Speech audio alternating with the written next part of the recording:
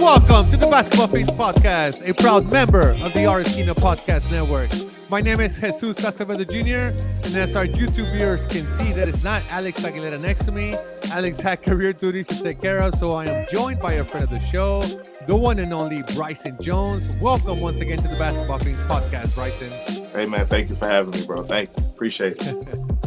How's life been treating you since the last time we had you on the show, which I think was Thanksgiving time-ish? Man, it felt like it's been longer than that. Like, it feels like it's been much longer than that, but it really hasn't.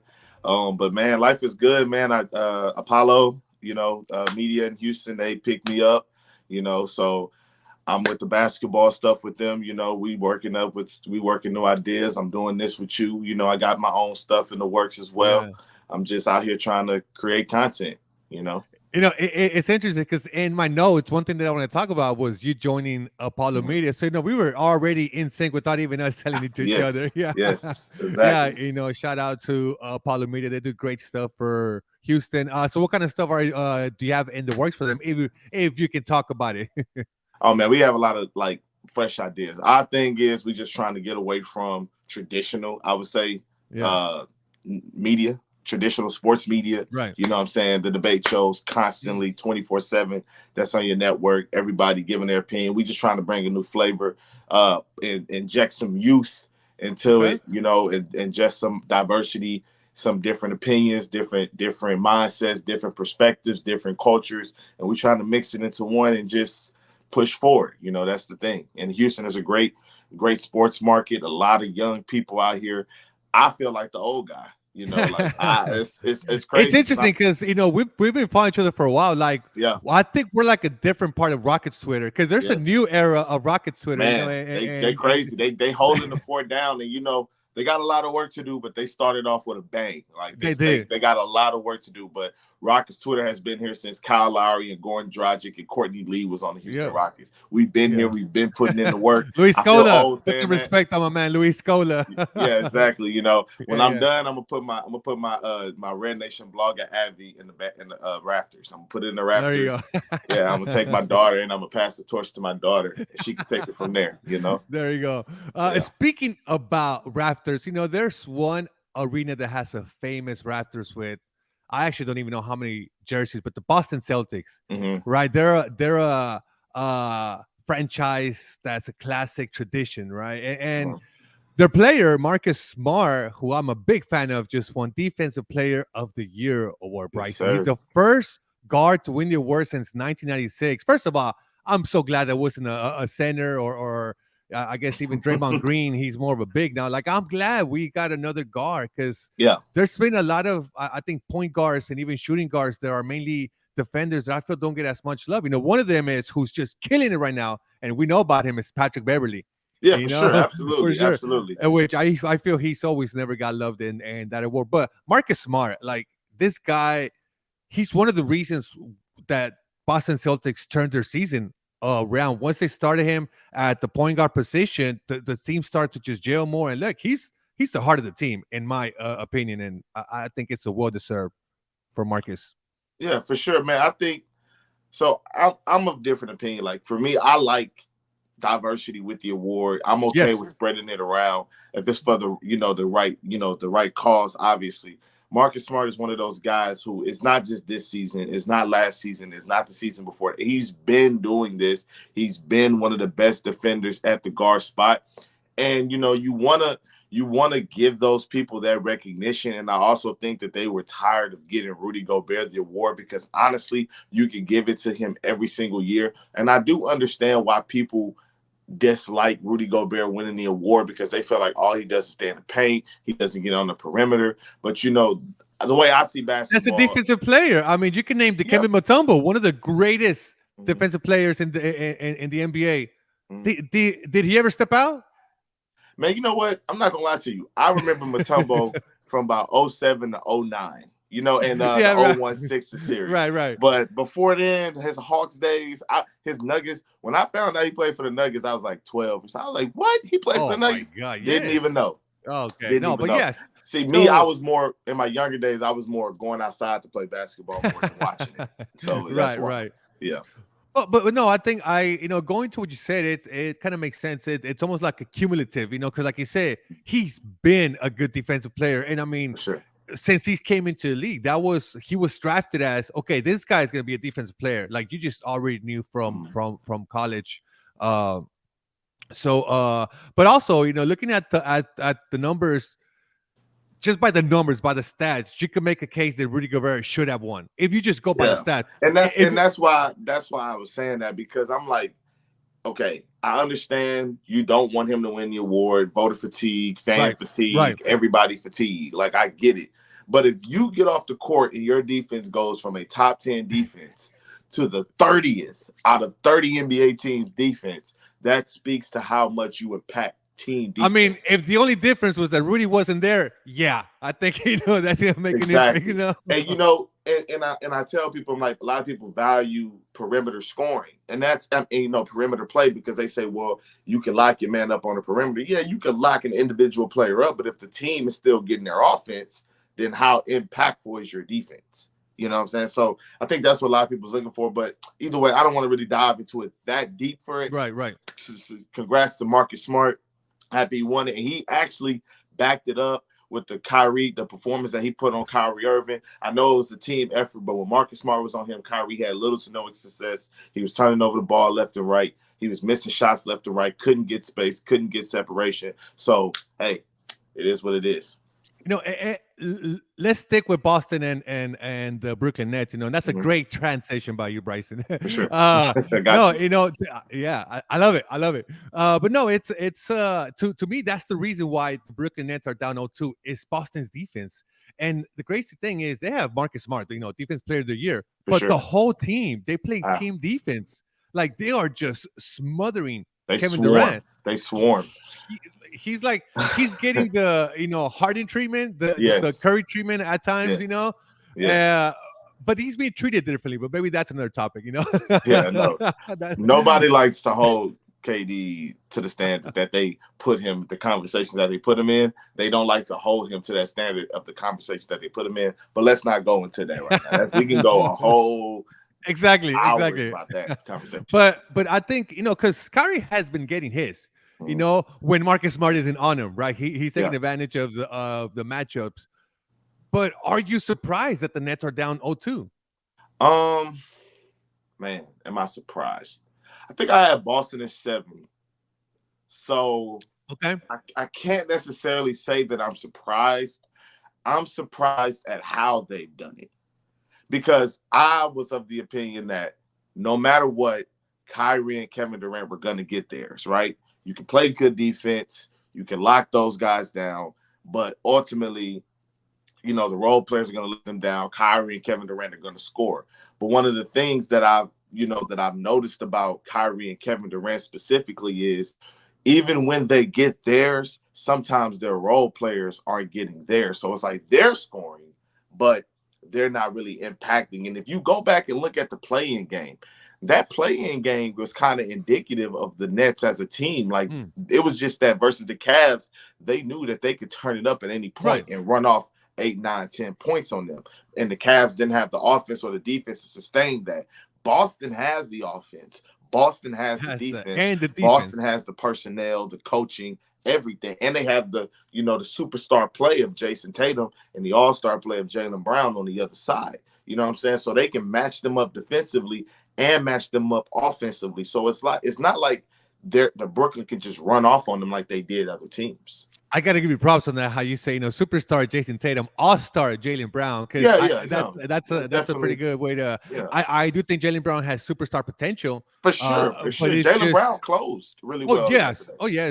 He closed really well. But there's one role player from Boston I have to shout out. And that is Peyton Pritchard. I knew he's gonna say it. I something about him, man. He had 10 points, 5 for 7, but man, some of those buckets were key. Yeah, no, he had a step back. He did a nice between the legs and he stepped back and pulled it. That was a good run stopper right there. I believe they really needed that bucket. They needed that bucket. Point, I think that they extended the lead from that point and ran off on them. It was that bucket because the Nets were like on their heels. They needed a bucket, and to the Nets' credit, that was the matchup. They said, "Okay, we're gonna let Pritchard beat us," and he beat him. You know, and he did it. And but just like you said, after that bucket, the Celtics were like, "All right, let's get back." Yeah, it's kind of like they just got like pressure lifted off of them, and they kind of just played and they kind of just locked in. And the Nets like just felt like they were demoralized. And how you said how they play defense, like they play defense, and to have Jaylen Brown and to have Jason Tatum. I mean, you already got great defensive players. Like you built your team. Al Horford is playing phenomenal. For his age, like he's 26, 27. He's 35 years old playing like this. I was always mad that Houston never made a good run at him. I thought he would have been great. I think they went after him in 2016. But somebody offered him more money. I think that was when the Hawks signed him. I think. Yeah, no, that was when the Celtics signed him the first time. That's right. That's right. We went for Al Horford and settled for Ryan Anderson. Oh. So like let's not talk about that. That's a whole another bad nightmare. But like I said, like Jason Tatum and Jaylen Brown, for them to buy in like that, that's all you need. Yes, that's all you need. Yes, you know. So and it's good because we did a segment on Boston Celtics when they were struggling in the first half of the season, and something that Alex and I said is like the potential is there. We felt that. It's also the first time head coach, right? And it's the first coach in the team just kind of working out the kinks. And I'm telling you, I think it was in January when they started Marcus Smart as a starting point guard. They said, "You're our point guard." I think from there is where you start to see them get in that run. Yeah. But they also started to jail, and it kind of reminds me of. Do you remember when the Houston Rockets, when they had Rick Adelman, one of my favorite coaches? Yes, I remember. That when they went on the 22-game winning streak. Yes, that first half of the season, they sucked. Yeah, they were struggling. They were struggling, but it was just working out the kinks. Let's just work out the kinks, you know. And then once the kinks worked out, thanks for grinding. Watch out. Yeah, watch out. I feel like y'all was out that whole year. Yes. Yeah, he was out most of that year. But, the Celtics proved me wrong. And I'm happy for them to have proved me wrong because back then I was writing, when they were like 23 and 23, I believe, I was like, shut it down. Because my thing with the Celtics since the bubble is I've always said they need a point guard. Like, that was my biggest thing. I saw them versus Toronto. Yeah. I saw them versus Miami in the bubble. And I was like, Jason Tatum and Brown would always either start off really hot in the first half and go cold, or they would start off really cold and go hot. But it was they're not consistent. That's something that Alex mentions a lot on the show. He's like, the tension's there, but it needs to be consistent. Like, but now they have defense to supplement cold shooting spells. So Jason Tatum, I think he started off like 0 for 5, 0 for 6 yesterday. Jaylen Brown was struggling. He was missing, but their defense kept them in the game. And that's why it's so important to be an elite defense, because shots, you're not always pretty. To me, that's my favorite thing about basketball, if I'm be honest. Defense. I think because everything stems from defense. Because just like you said, if the team is cold, you can rely on your defense, create turnovers, get an easy bucket, or just keep the score. Weather the storm. Your good elite defense can do that for you. And look, we can even talk some of the great defenses over the past couple of years. Golden State Warriors, that's that switch defense. They were just unstoppable. For as great as their offense was, their defense was good. It's just that the offense was just that better. That the defense was just like, they have a good defense. But if you look at it, they had a great defense. No, they had a great defense. Top five.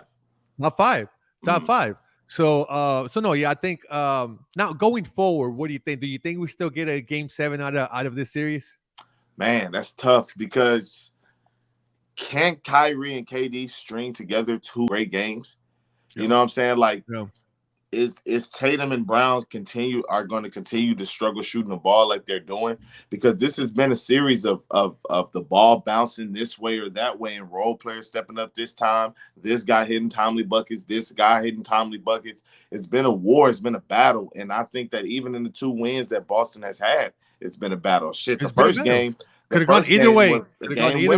Yeah, so it's like, when you look at it, I don't know. I think it's going. I'm gonna stick to the 7 prediction because I just don't see a world where KD and Kyrie go down in 4 or 5 games. Like, that's insane to me. But let's go ahead and get into it. If the Nets lose this series, does that change Kevin Durant's perception?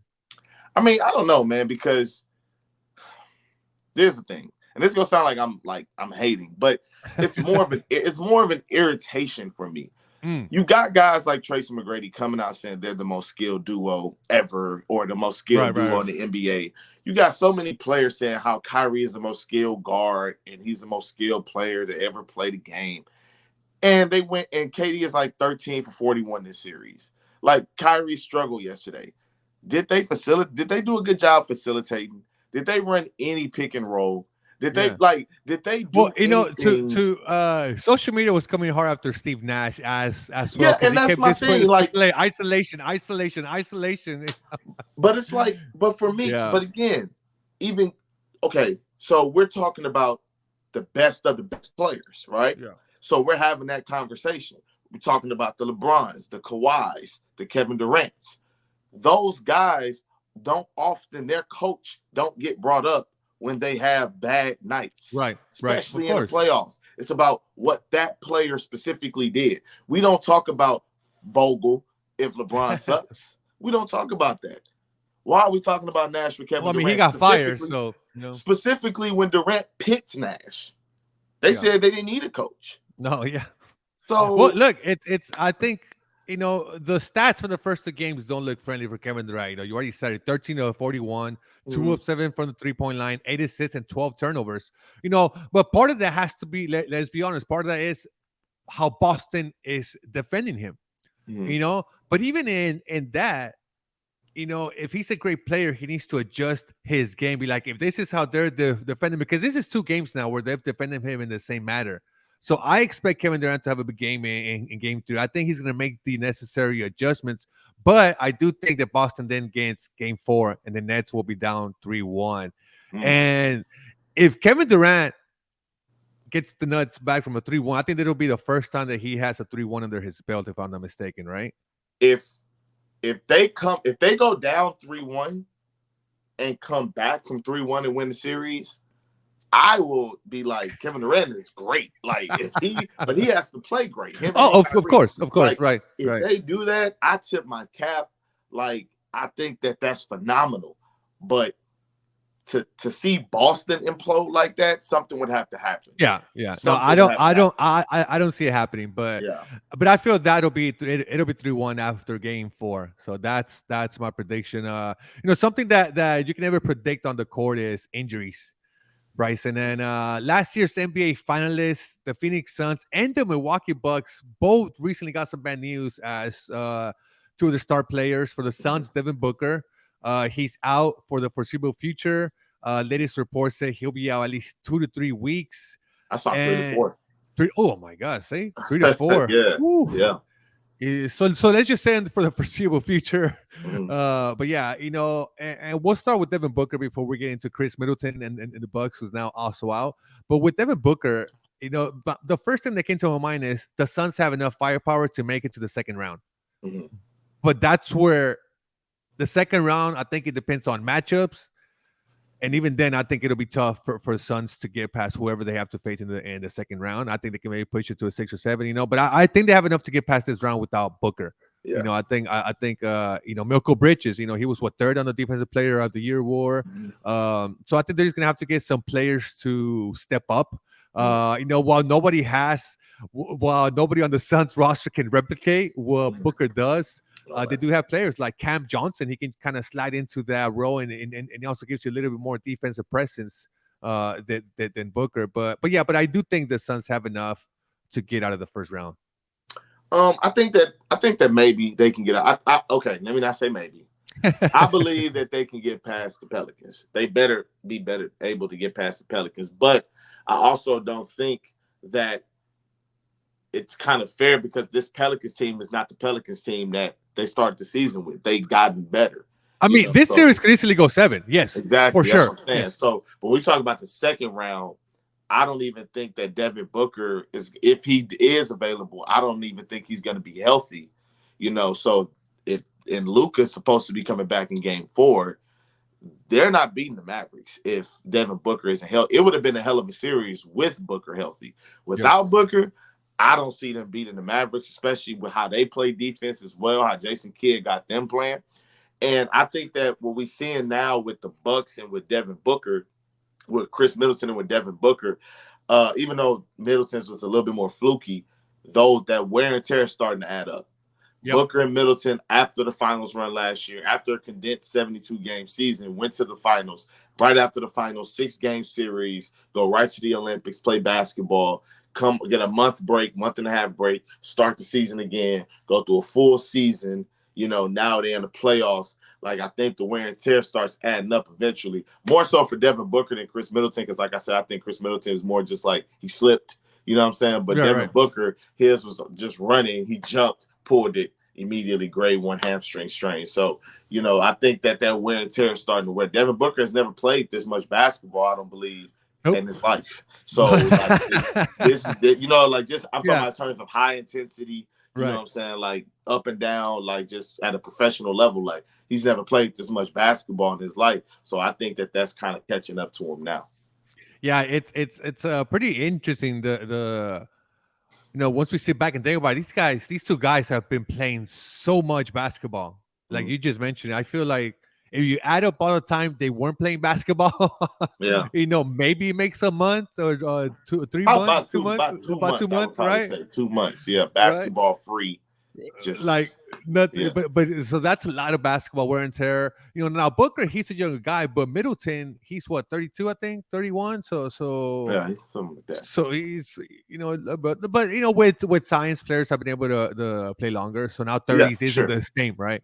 But no, now when we talk about the Bucks, I do think, me personally, I think this hurts the Bucks more missing Khris Middleton, because one, the Eastern Conference is tougher this year than the Western Conference. Tougher. And while yes, they have Giannis, I think they need that other secondary playmaker, and that's what Khris Middleton is.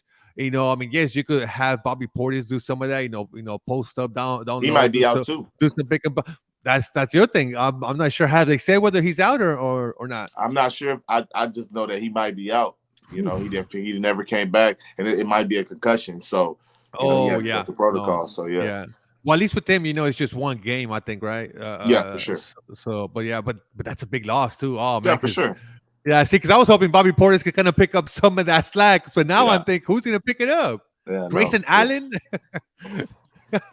Maybe he might try to take somebody out to balance it. Yeah, watch him.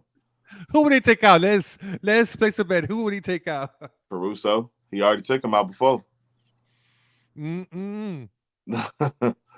No, even though I don't think that one was specifically dirty. No, I think he was just battling back to get. That was one of those. Do you remember when Artest, every time, like after the whole fiasco, every time he would somebody rough, technical foul, but it was just because it was Artest. He had the reputation. Yeah, and I feel that's what it was with that foul on Alex. It looked worse than what it turned out. What his intentions were. Yeah, exactly. Sure.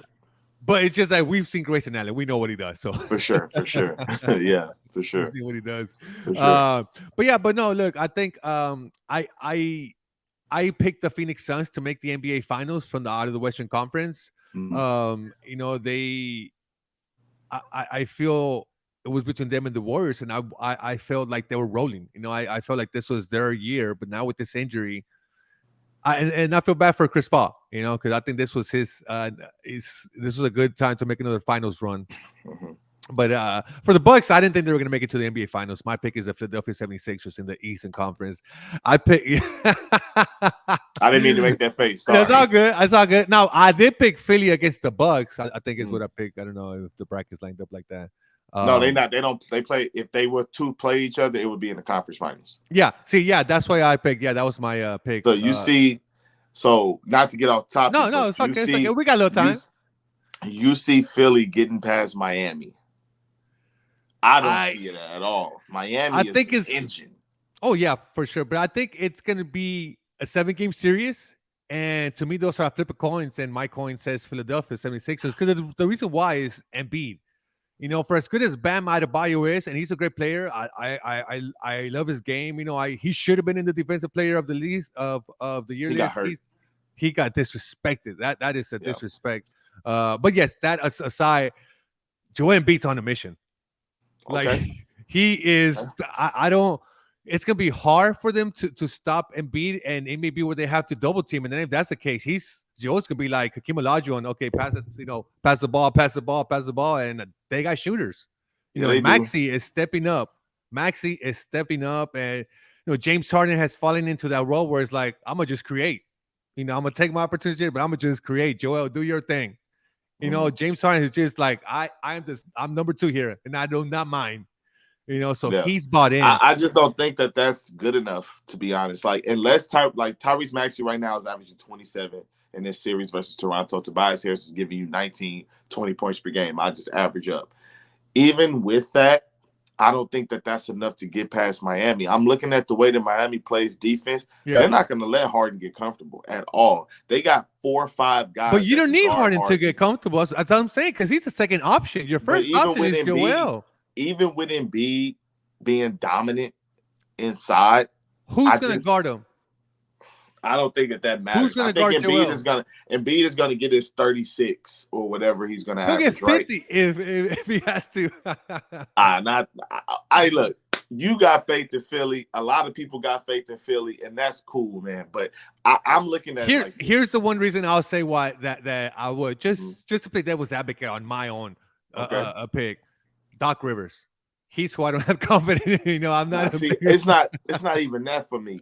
The way that Harden is playing, I feel like he needs, to be a floor general when you play in Toronto. Okay, you're going to need to score more versus Miami. I don't think that they're not going to let Tobias Harris beat them. I just can't see it. I can't see them letting Tyrese Maxey average almost 30 points per game. I just can't see it. So Harden is going to have to be that number 2. He's going to have to be 27, 28, 10, and 11 assists. He's going to have to be 27 and 8. I think that's what will happen. He'll be like 25.6. But when has he done that this season consistently? When has Harden this season consistently? Well, see, I don't think they need him to do it that consistently. If he can do it for a couple of games, because you already said Joel's going to get his 30, 35, maybe 40. So you just need James Harden to have a couple good games. Say he has 2 good games, and those 2 good games are your 2 wins. Joel gets you 2 other wins by himself. Jesus, you have a lot more faith than me.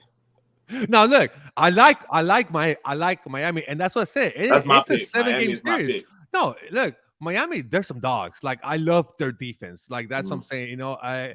If it wasn't, it's just because I like Joel. I like his game. Okay. So I like Joel too. I love Joel Embiid. A lot of people think I don't like him because I say Jokic deserved MVP. I'm like, Embiid deserved it too. Like, they both deserve it. Oh yeah, for sure. I just like Jokic. I'd be fine if they said Cole. I'm like, that's perfectly fine. That's perfectly fine. Actually, before the injury, Ja Morant was my MVP. Yeah, he was up there. He would have been top 3 without the injury. He would have been top 3 with them. Top 3 for sure. But one thing that we can say in these playoffs is, no matter who loses, one thing we're sure that we're gonna see, Bryson, is a crying Jordan meme. Yes. And that we know we're gonna see it. And the reason why I bring up the crying Jordan meme, it's been 10 years that the crying Jordan meme has been in circulation and the internet or the Matrix, if you want to call it. 10 the years. Matrix, yes. The Matrix. Specifically, we're April 22nd. We're recording on Thursday. People are listening to this on April 22nd. On April 23rd, the first crying Jordan meme appeared on a website called Meme Crunch. So Saturday, it'll be officially 10 years. And now here's the story. And the reason why I want to make this topic. And before I get into it, what did you think when I told you, hey, Bryson, one of the topics is a crying Jordan meme? What went through your mind? First, I was like, it's been 10 years. That's crazy.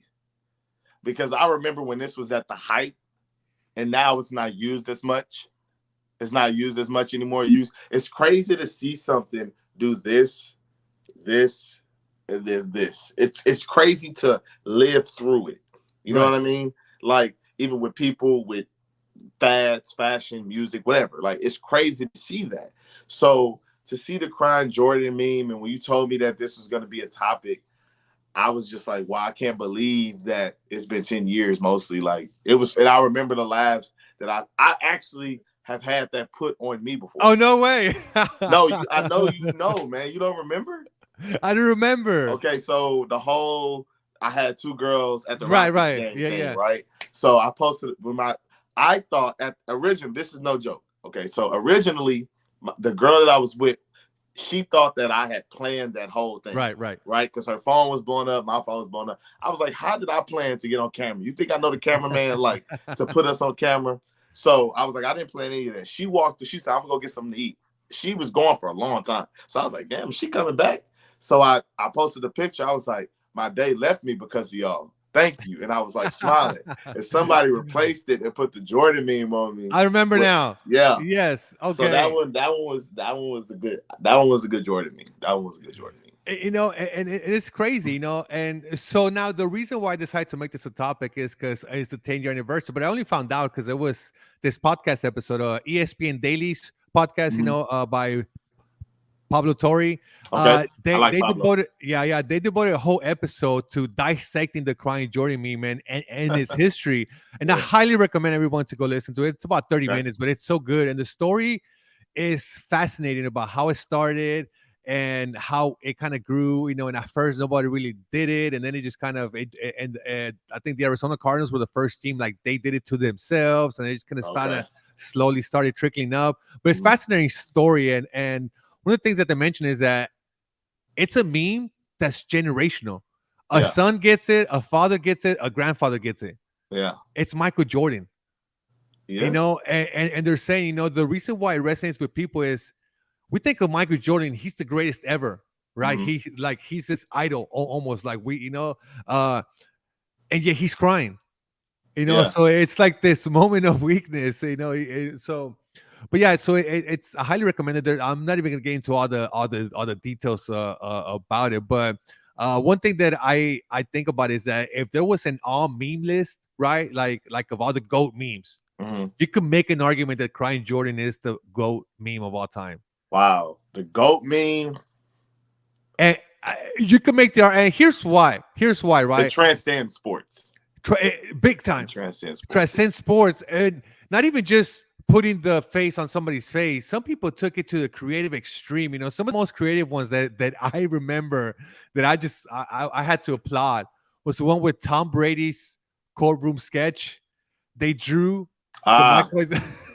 I remember now. Yeah, that was with the Deflate Gate. Yes. Yeah, okay, I do. Like, that was really. Why was he in court for that? That's insane. Wait, was it Deflategate or was it another one? Was it Deflategate? Well, it had to be Deflategate. Yeah, that's insane. You know, the fact that we're arguing about which of the conspiracies with Tom, not conspiracy, but you know and then people want to come about the Astros. But anyways, right? But yeah, no. So the creativity that people have taken with this meme is just. Like I remember one also Manu Ginobili with his little ball swap back here. With the crime. I mean, what are some of your favorite LeBron memes? James? The LeBron James classic. Oh, the hair. Man, off the top of the head, you know, you wish when you see them, you can get like a photographic memory, like, oh, I remember exactly where I saw it. But it's like you see so many over time. Like I said, my favorite one was me. Like that one was like because I was like, do you have it saved?